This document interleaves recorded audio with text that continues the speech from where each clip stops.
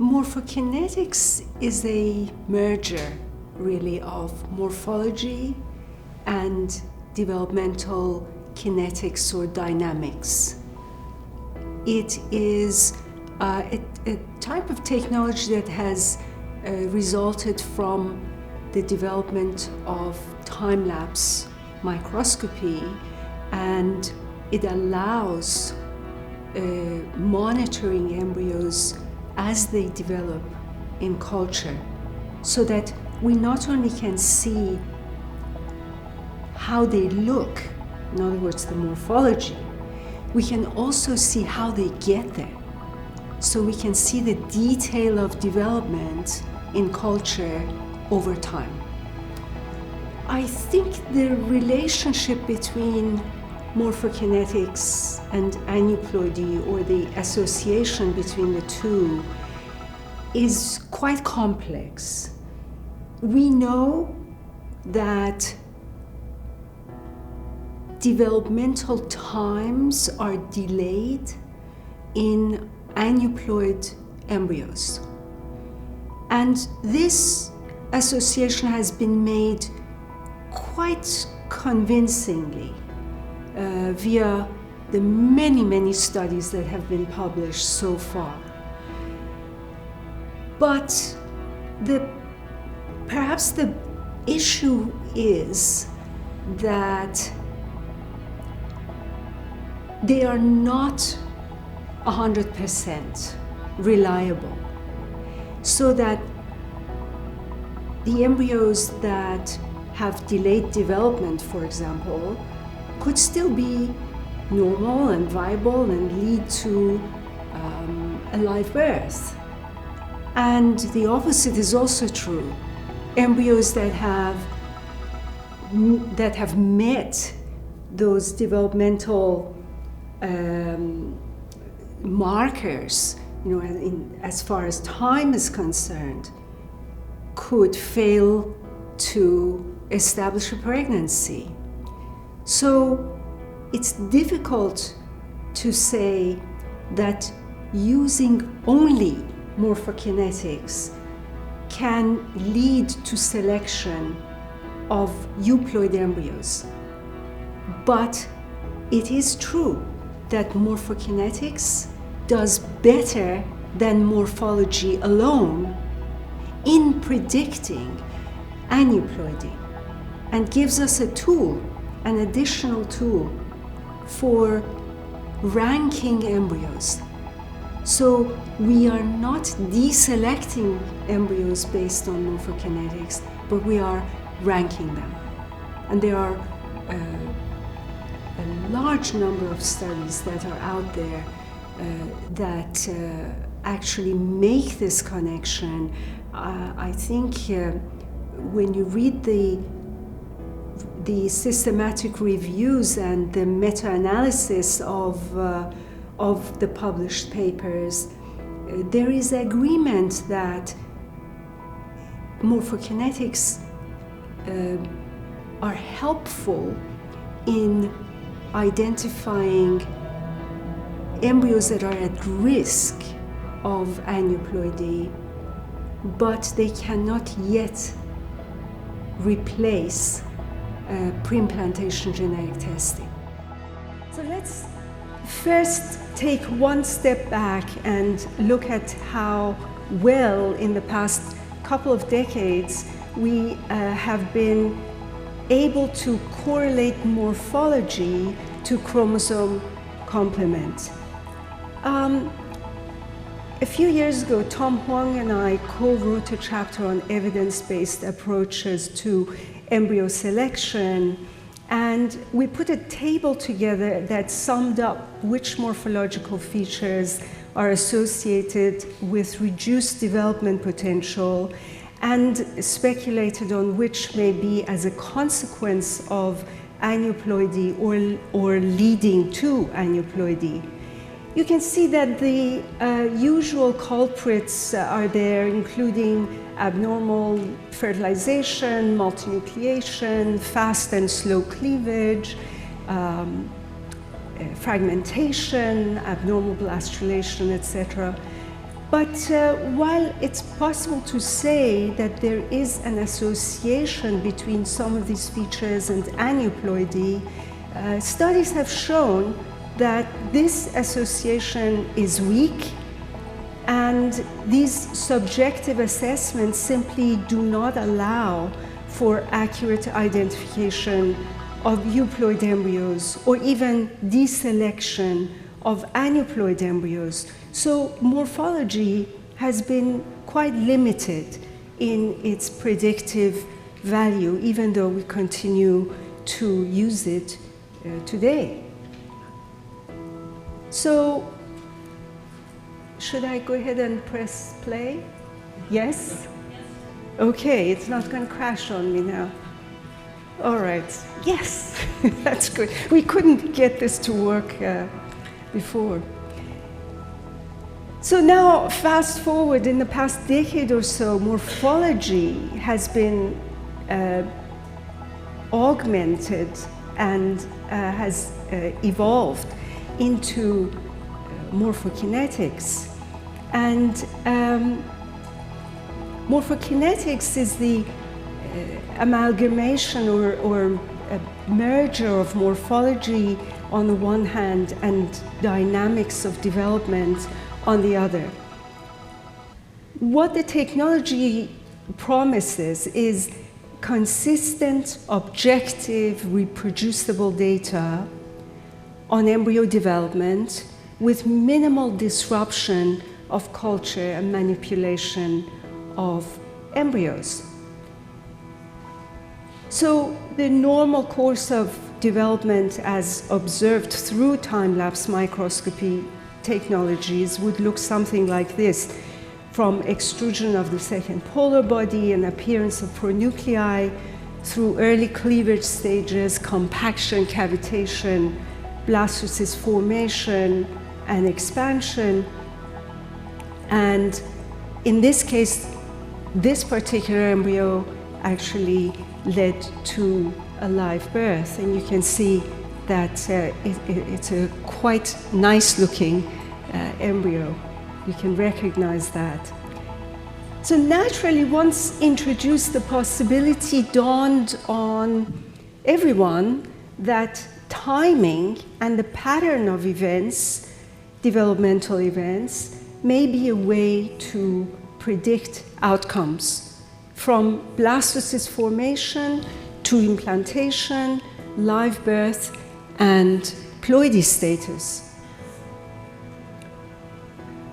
So a lot of effort has since gone into all of these aspects, but perhaps as could be expected, really, with very mixed results and significant background noise is what I would call it. So that from hundreds of publications, fewer than 20 or so can actually help answer the questions of concern and help define the role of morphokinetics in embryo selection as utilized in 2023. We can point to a number of problems with the morphokinetics studies that make it difficult to draw firm conclusions. And among those are diverse patient populations, insufficient control for confounders, lack of standardization of morphokinetic annotations, differences in laboratory procedures and protocols, and different genetic testing platforms, and different embryo culture conditions. It's also notable that morphokinetics can be affected by a number of variables. For example, maternal age, smoking status, the biopsy technique, stimulation protocols, insemination methods, and again, culture conditions. So they are prone to be affected by a large number of factors. Recently, Tom Bamford and his colleagues at the Care Fertility in the UK, published a systematic review and meta-analysis of all the studies so far that have been published on morphokinetics and morphology and their association with aneuploidy. And of course, this is an enormous amount of work.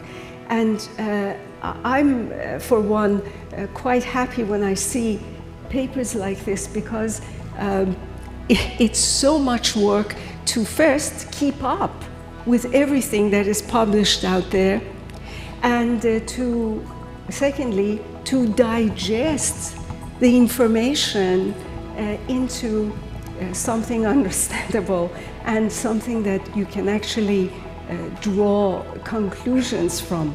So this was quite an impressive effort on their part. So they screened some 1,000 publications, and they distilled this down to 17 papers that were included in their quantitative analysis. So the results you can expect, and you can see the paper in Human Reproduction, they're extensive and complex, quite complex, and somewhat difficult to understand. But I've summarized the main discoveries in the next few slides, and I hope you will stay with me as I try to explain all the caveats, basically. So one point that emerges is that a number of morphokinetic variables are delayed in aneuploid embryos. That includes time to second polar body extrusion, time to the various early stage cleavage stages, time to blastocyst formation, expansion, and hatching.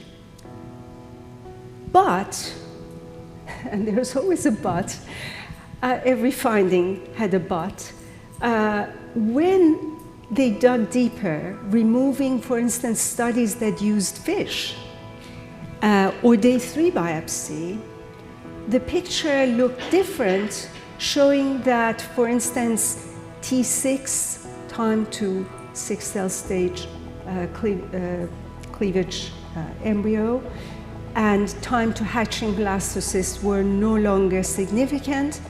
And they noted that time to 3-cell and to 5-cell and time to fading of the pronuclei were only significant in a subgroup analysis, meaning that they were not as emphatic as the other parameters. So the forest plots show that T8, time to 8-cell and time to 9-cell, have reasonable prognostic value, with heterogeneity and effect of removing fish and day 3 biopsy studies being negligible or in favor of the prognostic value. So you can see that, for instance, in the case of T8, I don't know if you can't see my cursor, but on the left side, you can see that I2 is 0 in this case, and so heterogeneity is acceptable, negligible, and 4 to 33%, which is still acceptable, and showing that the time to 8-cell and 9-cell have prognostic value. The prognostic value of time to blastulation and expansion, though, they concluded was still uncertain based on these studies, partly because of the large heterogeneity of the studies. As you can see on the left, 70%, on the right, 75 to 83% heterogeneity. So it makes it difficult to rely on this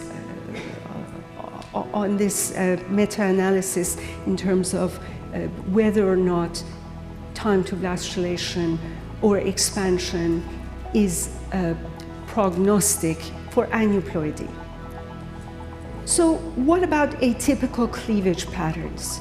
Those with the so-called direct cleavage, as depicted in this figure, going from, let's say, 1 cell to 4 cell in the top panel, or 1 cell to 3 cell in the second panel, or another situation where out of a 2-cell embryo, 1 cell divides into an uneven 3. So what about this type of cleavage pattern? Well, they did find that direct uneven cleavage is associated with aneuploidy. But another atypical pattern, which I'm sure you have heard from, the so-called reverse cleavage, where blastomeres fuse after having cleaved, the data are quite confusing, since they point to a higher incidence of euploidy in these embryos. But again, the meta-analysis does not really confirm this finding.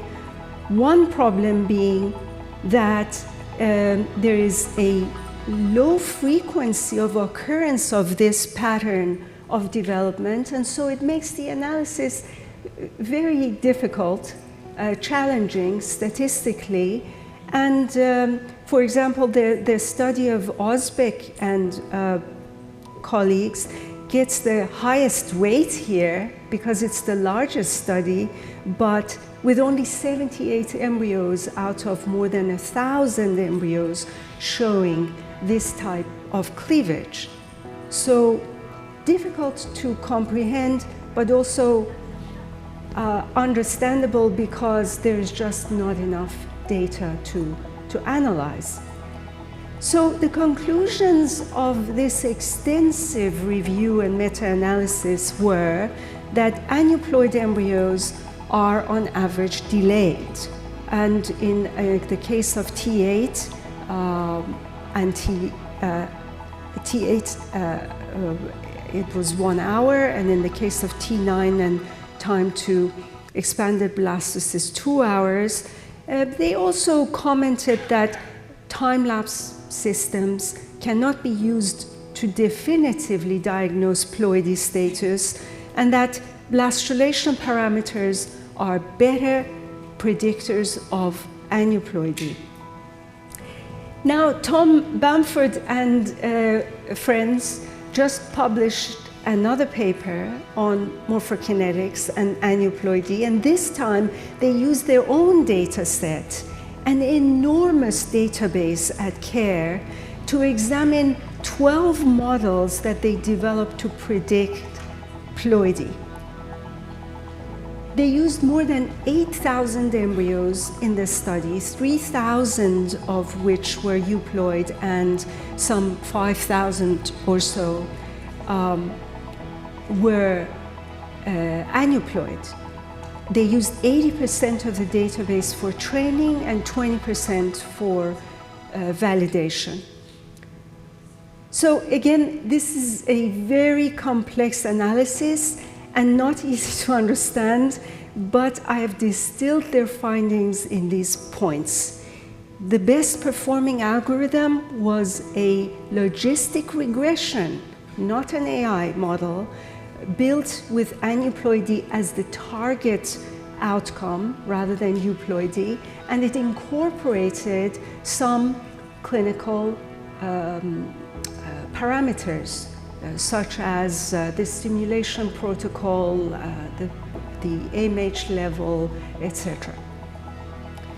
And they achieved an AUC of 0.71, an F1 score of 0.77 with respect to precision and accuracy, and without the aid of blastocyst image analysis. So this was just based on the annotation data and the clinical profiles.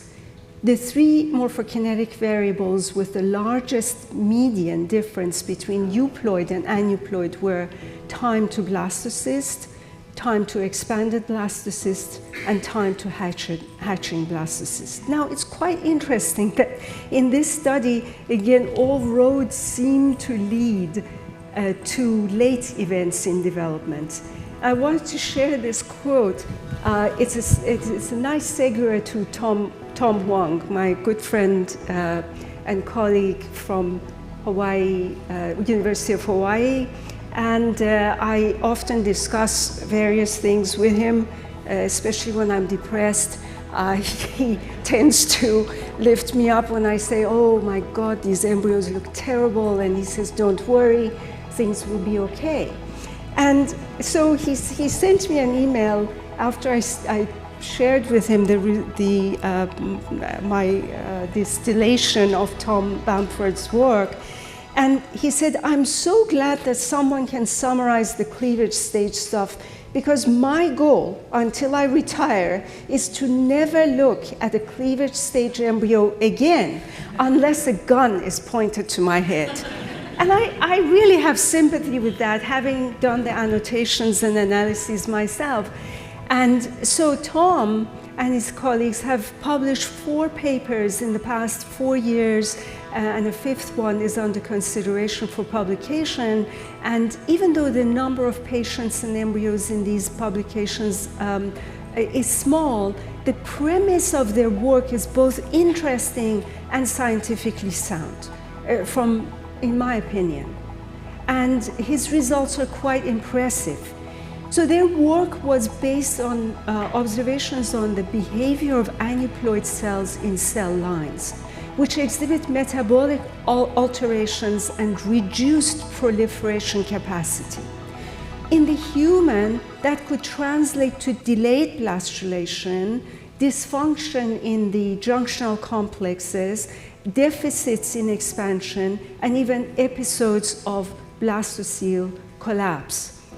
So they documented the robust nature of cell division in rapidly expanding blastocysts and began to look at expansion rate. And they did this as a surrogate for trophectoderm proliferation and cell number, because counting cells is quite challenging in blastocysts. So after some experimentation, they settled on a 10-hour standard assay of productive expansion beginning from time to blastulation, and they called this the Quantitative Standard Expansion Assay, or QC. Very clever acronym. And they found that euploid embryos expand significantly faster than aneuploid embryos in relation to blastocyst formation time. And in this graph, the triangles, or the green arrow, which shows up as yellow here, shows the expansion rate of the euploid embryos compared to aneuploid embryos that with the circles and the red arrow. So this is not the same as the largest embryo in the cohort, so it cannot be done without time lapse. It's about how fast they expand within a set time post-blastulation, keeping in mind that aneuploid embryos can reach the blastocyst stage earlier and expand at a slower rate over a longer period of time compared to euploid embryos. So in this example, the second blastocyst to form, not the largest, shows best expansion, and in this case it would be selected for transfer. So now they have automated these measurements using AI algorithms and are able to rank embryos for transfer with or without PGT. It remains to be seen, of course, if this algorithm can perform in other laboratories, but I understand that an Italian team, actually a team of Laura Rienzi in Rome, has been able to put together an abstract on a retrospective application of Tom's algorithm to their data set, and they're presenting at ESHRE that in fact they find the same results. So in conclusion, and I apologize for the going over the time a little bit, morphokinetics, and this is a true digestion of everything that I presented, and in my mind what this means is that morphokinetics are better at predicting aneuploidy than morphology. But they cannot yet replace genetic testing, and successful algorithms will likely incorporate blastocyst morphokinetics and images, as well as key clinical parameters to reliably identify aneuploid embryos. Thank you so much for your attention.